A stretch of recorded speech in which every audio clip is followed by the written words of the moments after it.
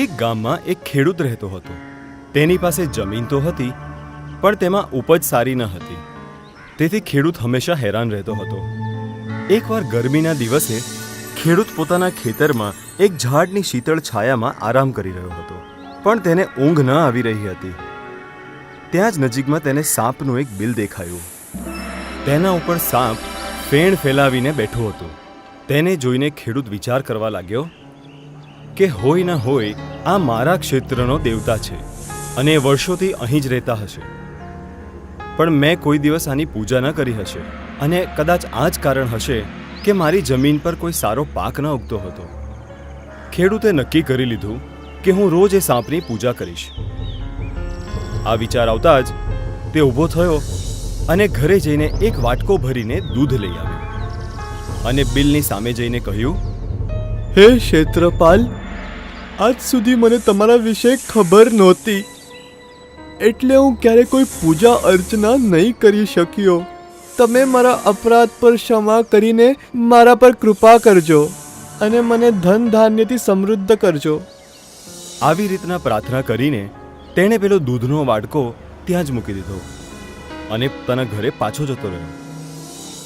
બીજા દિવસે સવારે જ્યારે તે પોતાના ખેતરમાં આવ્યો તો ત્યાં તેણે જોયું કે જે વાડકામાં તેણે દૂધ મૂક્યું હતું ત્યાં સોનાનો સિક્કો હતો.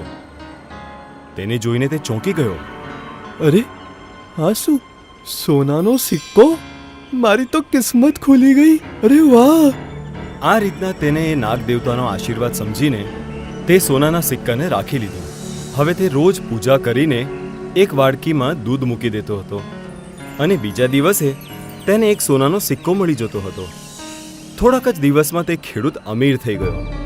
તેની પાસે એક મોટું મકાન તથા જરૂરતનો બધો સામાન આવી ગયો. હવે તે ઘણા બધા ખેતરોનો માલિક પણ થઈ ગયો. એક દિવસ ખેડૂતને કોઈ જરૂરી કામના માટે થોડાક દિવસ માટે શહેર જવાનું હતું. તેથી તેણે તેના દીકરાને બોલાવીને કહ્યું, આજે હું તને એક રહસ્યની વાત કહેવા માંગુ છું. કેવો રહસ્ય પિતાજી? બેટા, હું નાગ દેવતાની રોજ પૂજા કરું છું. આજે જે કંઈ મારા પાસે છે એ બધું એમની જ કૃપા છે બેટા. એટલે હું જે કહું છું એ ધ્યાનથી સાંભળ. આ કહીને તે ખેડૂત પોતાના દીકરાને નાગ દેવતાની આખી વાર્તા કહી દીધી. હું જરા જરૂરી કામથી શહેર જઈ રહ્યો છું. થોડાક દિવસ લાગી જશે.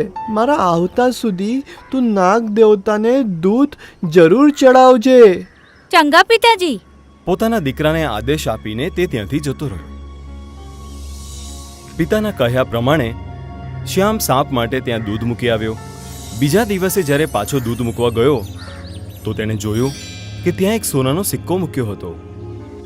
તેણે સોનાનો સિક્કો ઉચકી લીધો અને મનને મનમાં જ વિચારવા લાગ્યો, નક્કી આ બિલની અંદર સોનાના સિક્કાનો ભંડાર છે.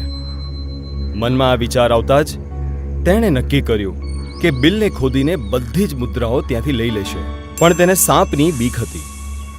બીજા દિવસે તે દૂધ મૂક્યા પછી હાથમાં લાકડી લઈને સાપના બહાર આવવાની રાહ જોવા લાગ્યો. જ્યારે દૂધ પીવા માટે સાપ બહાર આવ્યો ત્યારે શ્યામે તેના માથા ઉપર લાકડીથી ફટકો માર્યો, પણ સાપ બચી ગયો. પણ શ્યામના કૃત્યથી ક્રોધિત થઈને તેણે તેને ડસી લીધો. શ્યામની ત્યાં જ મૃત્યુ થઈ ગઈ. તેના સંબંધીઓએ શ્યામને તે જ ખેતરમાં અગ્નિદાહ આપી દીધો.